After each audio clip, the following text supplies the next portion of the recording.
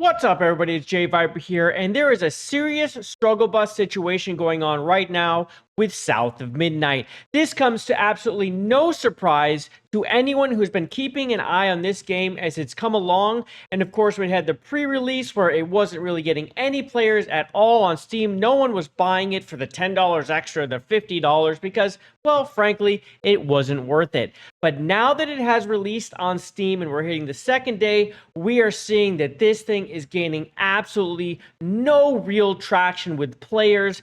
And it has a lot to do, of course, with how the game was received by fans and, of course, how the community manager handled the fans and spoke about gamers and the fact that Compulsion Games stuck by her side for some reason, regardless of how racist she was towards people that were not her color. Let's get to all these issues and more right after you like, subscribe, and hit that notification bell. JayViper is awesome. He's so good looking. He's got the crowd in awe. Now, as you can see right here, it really struggled along during the whole pay in advance to play in advance time frame before release, and then on release it shot up to just over 1,000 people, plateaued for a second, and then hit its peak of 1,411 people. Now, this is on PC, and of course, people are going to always talk about Game Pass. It's day one Game Pass.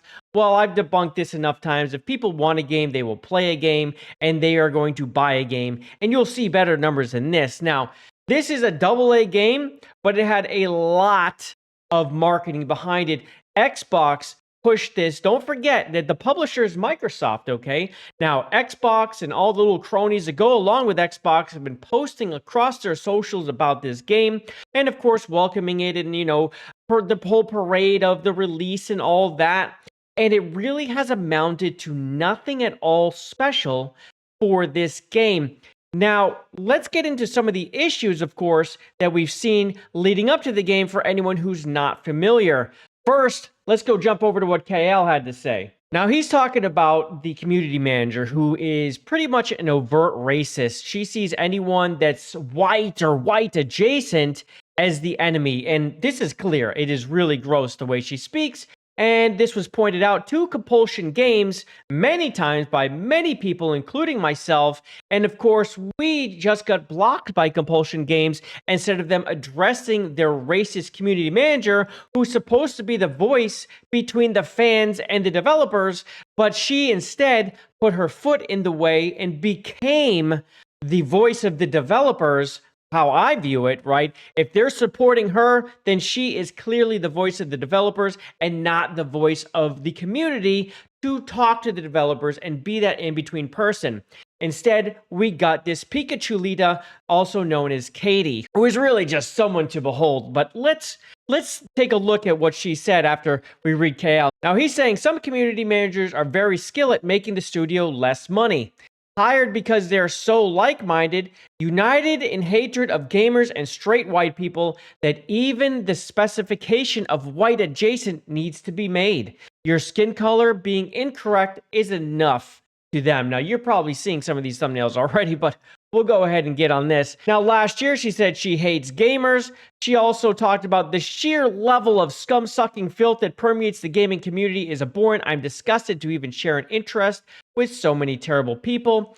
And this had a lot to do with Sweet Baby Inc. came around and people started noticing this situation and people were speaking out against DEI in games. And of course, all the problems that came along with that, which are clear that DEI absolutely sinks games to the lowest common denominator. And for some reason, it permeates the entire game. The game itself is generally not as good. The voice acting, the actual feel of the game, all of these things seem to be affected when you start dealing with DEI in the actual game itself. And maybe that has something to do with their hiring practices mirroring what they're doing in the game, where they're forcing diversity instead of hiring on merit to make something that's actually entertaining and people want to buy. Now, of course, saying this wasn't enough for Katie. She had to continue with, we also need to be very honest about the elephant in the room.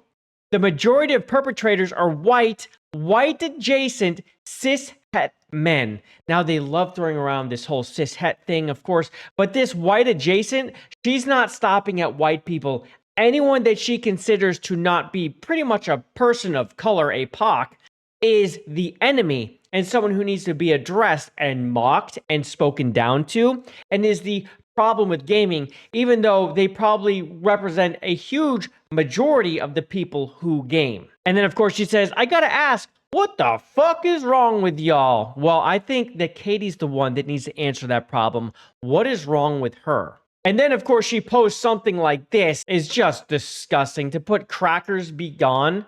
Please. Now, again, when someone posts something like this, they're telling you who they are, and they're just telling you they're an overt racist person. And Compulsion Games is completely fine with keeping someone like this on board. This is the kind of person that can kill your game, because as soon as the community realizes that their community manager, the person who's supposed to represent the community, is someone who hates a majority of the community, well, guess what? A lot of people are going to point at that issue and say, this person's a serious issue, and if you support this person, then you are clearly supporting their views. And of course, with Compulsion Games, race swapping the main character, as we all know, hiring Sweet Baby Inc., and of course having them write the game when they're a DEI-infested, hard-pushing company, it tells you all you need to know. This is how the company thinks. This is how they think about you and me. And this is how they want their games to be represented. This right here represents South of Midnight. She still works there. She's supported. She represents the developers and, of course, the company itself. That's an important thing to understand, because she does not represent the gaming community at all. She represents them. And of course, she doubles down with the cracker situation, just throwing around that epithet, because again, this is how she thinks. And then over here, Asian and white, aka white adjacent, was exactly what I'm talking about. She doesn't like people that are white, and she views anyone that's white adjacent as white. And here she is with her face of just disgust, looking down at you, and of course, probably feeling all about herself, because here she is saying she is now the community manager of Compulsion Games. And of course, this was a little bit of time ago. If there's one thing that you get out of this entire video, is that she represents them.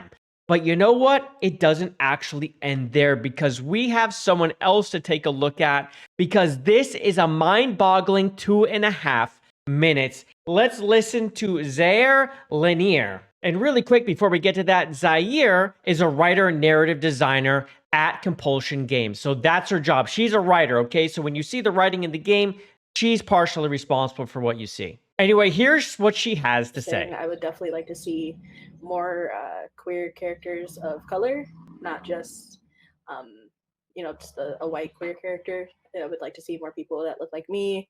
I think audiences have a very vocal minority of people who are very much against inclusion of anything that's not, as we said, like a cis straight white man. But our existences aren't political, they just are. And I think that more and more people are expecting to see that kind of representation, and also expecting it to get broader as time goes on. So she thinks that people really want to see these things in games. Here's the thing, right? It doesn't really matter if it's just a person here and there. It happens. It's part of life. But the way that they add these types of people into games is very forced.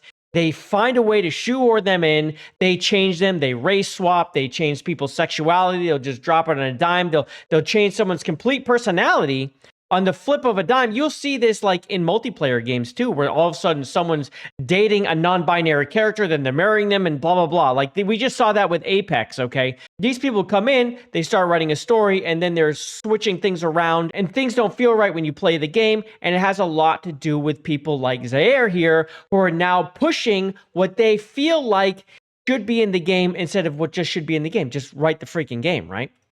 As opposed to just having that same, like, white gay guy archetype, or like Ellie in The Last of Us. We're looking for people who, non-binary, intersex, trans. No one wants this. Aren't just white. They look like me and you. And I think no one wants this. No one wants this except these writers like her that are just off their rocker. Like, they just can't get a grip on reality. No one wants this. You found a way to get a job where you can push this into games, but no one wants this. We don't want to see this. We don't care, right? Just make an interesting game. And when you're pushing this diversity and inclusion, well, it doesn't fit. It almost never fits because people are not like that. It is rare. Games are starting to delve into that more, but I think it also needs And those to games are failing. be intentional and not an afterthought. It can't, like, if you're writing, like Tori said, it has to be from the beginning. The team should be from that community, not like, oh, we're wherever in our process, we should probably bring on like a consultant who we may or may not listen to. It should, from the beginning, it should be a priority. And I So, so she's saying it should be a priority to hire LGBTQ employees. Yes, right up here. Make sure employees hire them so they can write games with them in it. Well, those companies should be very interested in how that game's going to be perceived and if that's a road that they want to go down. Because for the most part, people don't want to see that in games. They don't. They do. We don't. Almost no one. That's why these games fail again and again, especially when it's a huge part of the game and it's like a pandering, talking down to you mess. Just take a look at VEILGUARD that failed miserably because we saw that coming a mile away, even though they tried to hide it from us. They tried to hide it, remember? Because they knew it was a failing situation. think audiences are hungry for that kind of thoughtfulness. No, they're not. I think queer people of color are able to write, like, within their own identity, white characters of that same identity, but Yeah. I don't think that white creators can on their own cross that boundary to write a queer person of color. So I just want you to understand the pretzel that she just wove. A black LGBTQ person can write a white LGBTQ person, but a white LGBTQ person cannot write a black LGBTQ person, right? But what she's really saying is that black people can do whatever they want in the writing space, right? A black person can write a white person, but a white person can't write a black person. That is what she's saying. So what she's really pushing for is to just hire more black people because they can just do everything. And listen to her reasoning. It's insane. It's actually crazy. Remember, this is a writer for a video game that Microsoft wants you to buy. Because as people of color, we have to exist within the framework of America's just like capitalistic, colonialistic framework. Like that's whiteness is the standard. And really quick, she lives in Canada. And so like I understand your like culture, but like come to a barbecue at my church or at my house or something and tell me like how well you can navigate that. And I bet it's not nearly as simple for you because you're not used to having to put on that kind of thing. And I think, and I agree with CC on that point. Ridiculous. That's crazy. Like, that should actually piss anyone off when you hear something like that. I've had no problem hanging out with Spanish people, black people, where they live, with their friends, with their family. It's not an issue, but she sees it as it would be an issue. Again, this is because she views herself as marginalized when she's not marginalized. And a lot of people really do have this headcanon where they feel like they're marginalized when they're living in like the least racist place on earth. Okay? But they view themselves as marginalized. And when that happens, they actually start cutting themselves off from society. It's a horrible way to live. And this is how this person's living, and is now in charge of writing video games that they want us to buy. But they're making unrealistic, unlikable characters because it's force ideology. That makes no sense. And let me tell you right now, South of Midnight is all about that stuff. It's talking about being marginalized in the game. It's pretty consistently pushed. And okay, that's not something I'm interested in. I want nothing to do with it, especially on top of the game having absolutely pretty pathetic combat and repeating enemies. Like, the game has nothing for me. And it's because of people like her that people like me have no interest in the game. Because overall, the game itself looks neat. Like, the setting is cool, but people like her have destroyed it. And of course, people like Pikachulita, who hates gamers, really just put the nail in the coffin. And then, of course, Sweet Baby Ink's involved. Count me out anyway. Like, it just has so many things going against it. They were never going to move this game. If you want to know how bad things started and how bad things are going, this is Compulsion Games' announcement that the game is now available to everyone.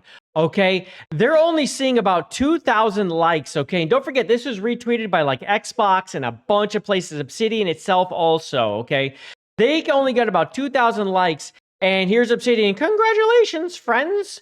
Thank you, family. Okay, but now let's get into this.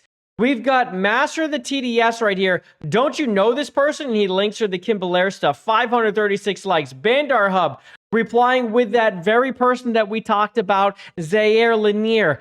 422 likes. I mean, they're getting ratioed in the comments because people are liking the Sweet Baby Ink stuff more than they're liking the actual response. And here we go. Sweet Baby Ink right here in the credits. You can't hide. We know they're there. We know what this game's about. Here's another one. This is Katie Robinson, Pikachulita. White male gamers were a mistake, she says. Everyone knows the jig is up. We know what the hell this game's about. This game is trash. Big, huge, steaming pile of trash. And these comments are just chef's kiss. Oh, I'm just so glad people are here knowing it and calling them out on it. And you know what they're getting? They're getting exactly what I got about like a month and a half ago. They're getting the block because these people don't like to be called out. And don't forget, Pikachulita is the CM, and she's probably behind this game's control. So she's blocking people and she's removing tags and all that. But I really love to see the community come together and give the proper crap to a piece of garbage company like this who's protecting someone who is a pile of garbage. So just taking a look at this again, there's going to be people out there say, yes, but Game Pass. Well, I have a really cool thing to show you. There's this game called Commandos Origins. It just released on Steam. It has 1,674 people peak. Not great, brand new, very small development team. It came out of nowhere. It's really a sequel to another game, but it was not made by the people who made this, okay? This is a brand new studio releasing a sequel. So you can see just a little tiny company called Claymore made this game. And here's the thing. It's also on Game Pass, and it is being purchased more than South of Midnight. And I thought, well, maybe it's because the game is cheap. No, Commandos is $50. So it's more than South of Midnight. It's on Game Pass. It's outperforming South of Midnight. And this did not have a marketing budget behind it really at all. I mean, I haven't even heard of Commandos Origins, and it is already outperforming South of Midnight. And also, I just found this funny. Heel versus Babyface realized that it looks like they reuse an asset from VEILGUARD of all games. They reused the Blight or made something that looks incredibly similar to it and put that in South of Midnight at one of the gates. So as soon as you see anything that looks similar to VEILGUARD, it's just like, stay away, man. I'm not even going to take a chance with that whole situation. So there you have it. I mean, this game is struggling along. There's no excuse to not get better numbers on Steam. I don't care about the whole Game Pass situation. It doesn't matter. There's so many games that have launched day one in Game Pass and absolutely killed it on Steam. This game is not wanted. People don't want to own it. It's something they'll try out on Game Pass, but for the most part, people are not going to buy this game. They'll try it out. I mean, this is really the iconic version of Game Pass slop, right? It's just something that we need to release something. It just okay. It's like Avowed, right? It's like, we'll just put it on there. It fills out the roster. It's a game people have heard of before because we just keep pushing these horrible games. So when they're looking at the library, it looks big and they have all these great day one on Game Pass games, but really, when you look at what they are, for the most part, it's a huge letdown. Let me know what you think about South of Midnight in the comments below, because the people out there, for the most part, aren't interested in this game, but I just think it's interesting to try to keep up with this one while it's just getting cooked. I mean, it's getting cooked in its own announcement, my friends. That's how bad it is. The community has wised up. Okay, we know when something's hot garbage. If they just made this game the way they originally thought so, kept Sweet Baby Inc. out of it, got rid of people like Pikachulita and that horrendous writer that we saw that clearly has agenda to put into games, they might have had something. They might have had a better story. They would have had a better game, because that really changes how a team of developers works, because they aren't being like made to do something. They're not being hired with DEI. Everything changes, and then you can have a solid game. We've seen it time and time again, and we've seen it fail time and time again when DEI is the focus. And really, I'm just really sick of it. But for the most part, I mean, I'm just really just congratulate when games fail like this and when companies suffer, because they earned it, especially when we're here telling them, don't do this. And what does Compulsion's Games do? They block people. That's their response. So anyway, that's all I have for you today. Thank you so much for hanging out. But before you go anywhere, don't forget to like the video, subscribe to the channel. That's a big one, okay? And hit that notification bell so I can see you on the next one. I'm out of here. Love you, minute. Peace. Bye, everybody.